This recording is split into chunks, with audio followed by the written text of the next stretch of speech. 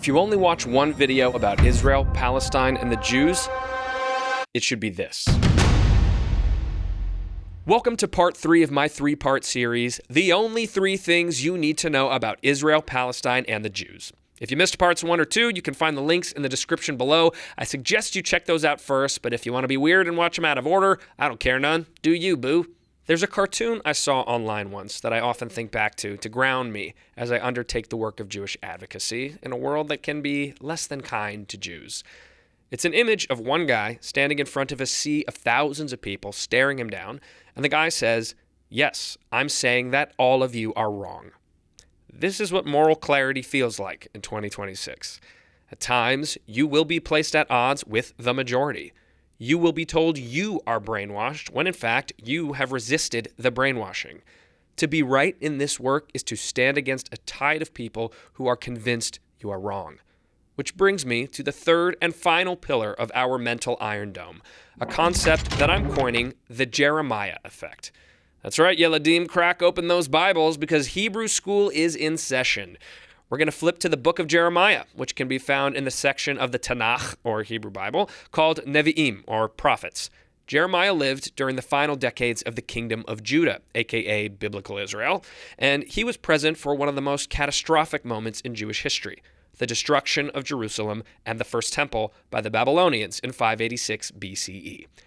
Jeremiah's defining trait was his moral clarity in isolation. He warned Judah that its corruption would lead to destruction, while all the other leaders assured a future of peace and security. As a reward for his stance, Jeremiah was ridiculed, beaten, imprisoned, and ostracized by his own community. Yet he refused to deny what he knew to be true, without expectation of success or popularity. And he remained steadfast in his compassion for his people, grieving their impending doom even as he warned them of it. We spoke last week about inversion, how all of the libels Jews are accused of are actually heinous acts being committed against Jews by those who seek to destroy us. One of the oldest inversions is that the Jews are a secret cabal of conspirators plotting to control our minds and take over the world, when, in reality, it is our enemies who conspire, who work together to concoct and skillfully disseminate a malicious and demonizing narrative meant to turn the world against us. Just think about it objectively for a second. Which sounds more plausible?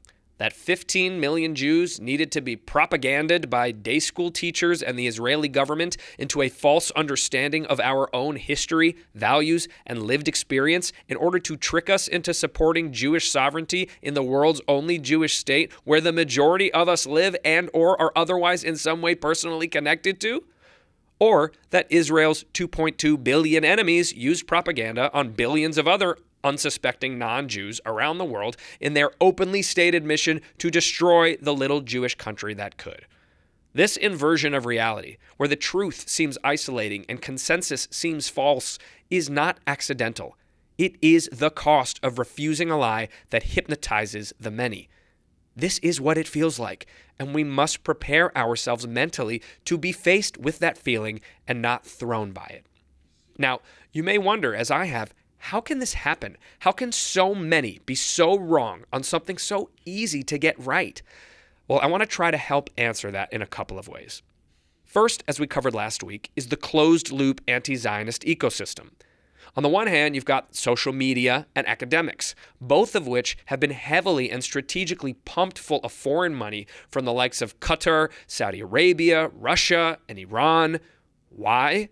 Because those are the two arenas where our young people spend all of their time, at school and online. No wonder Gen Z is the most anti-Jewish generation we've seen in nearly a century.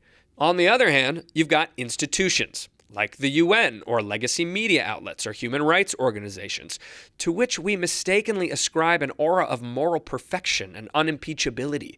In this, we fall prey to a number of cognitive biases: authority bias, institutional trust bias, status quo bias. Because these institutions possess the mantle of authority, because we assume good faith from established systems, and because we assume if they've been around a while, it means they must be working well, we treat such institutions uncritically, like heavenly bodies incapable of wrongdoing. But in fact, institutions are, of course, just groups of people. Nothing more, nothing less. And as we know, people are flawed, inherently unequal in moral character and aptitude, all susceptible to bias and mental weakness, and all of whom have their own agendas.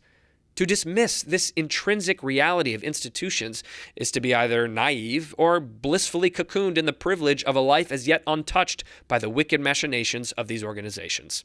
How nice for you. All of these entities share, cite, and yes-and each other off the same lies and distortions, pinging the desired anti-Jew narrative back and forth, helping it bloom unfettered within a massive, faux progressive echo chamber of their own design. But wait, you may be saying, 18-year-old dodos who use TikTok like Google are one thing, but what about my friends, my family, my teachers, my colleagues?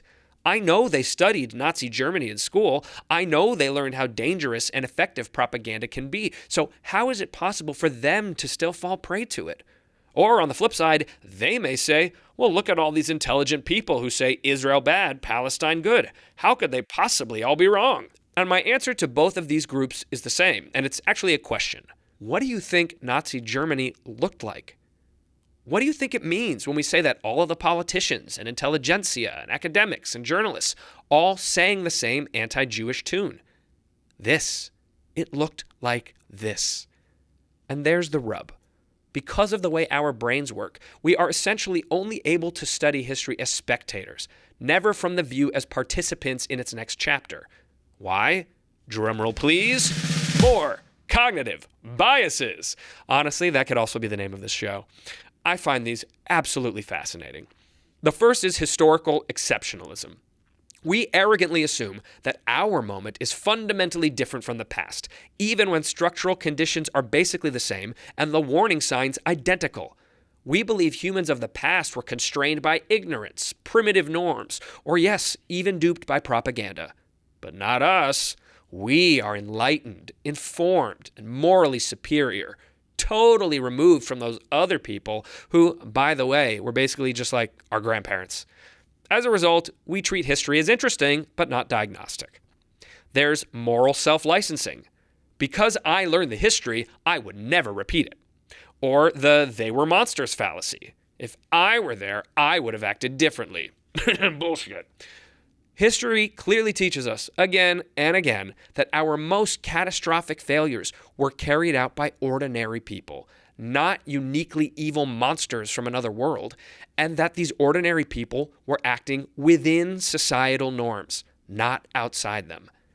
The last cognitive bias I'll touch on, because this is getting a bit long and things always feel better in threes, is temporal distance bias. Cognitive psychology teaches us that events far away in time are processed abstractly, while events close to us are processed concretely.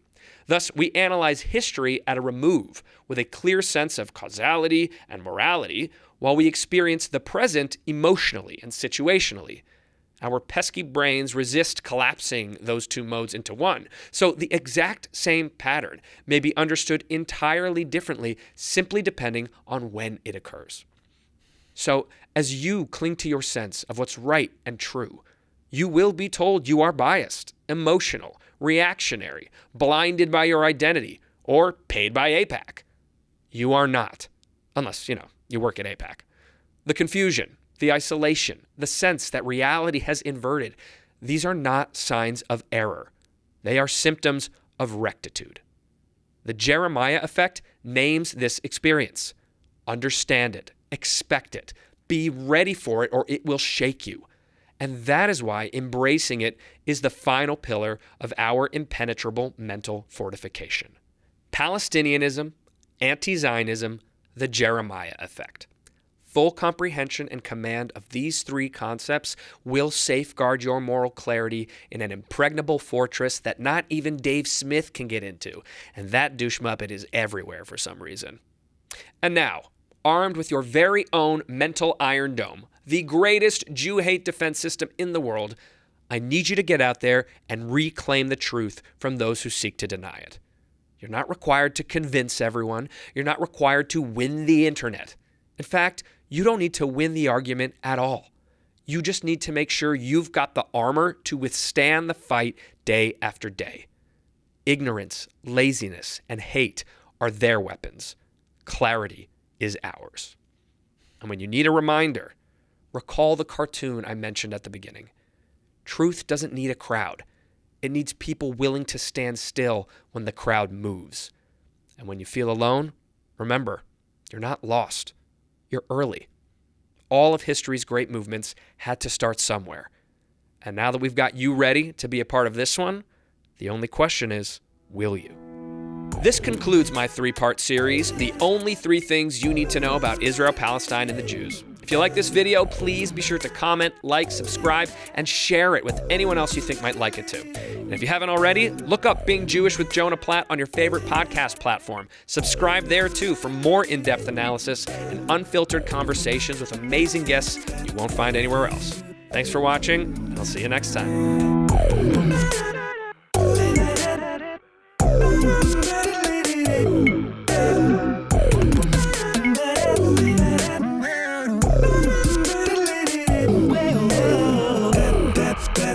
Better.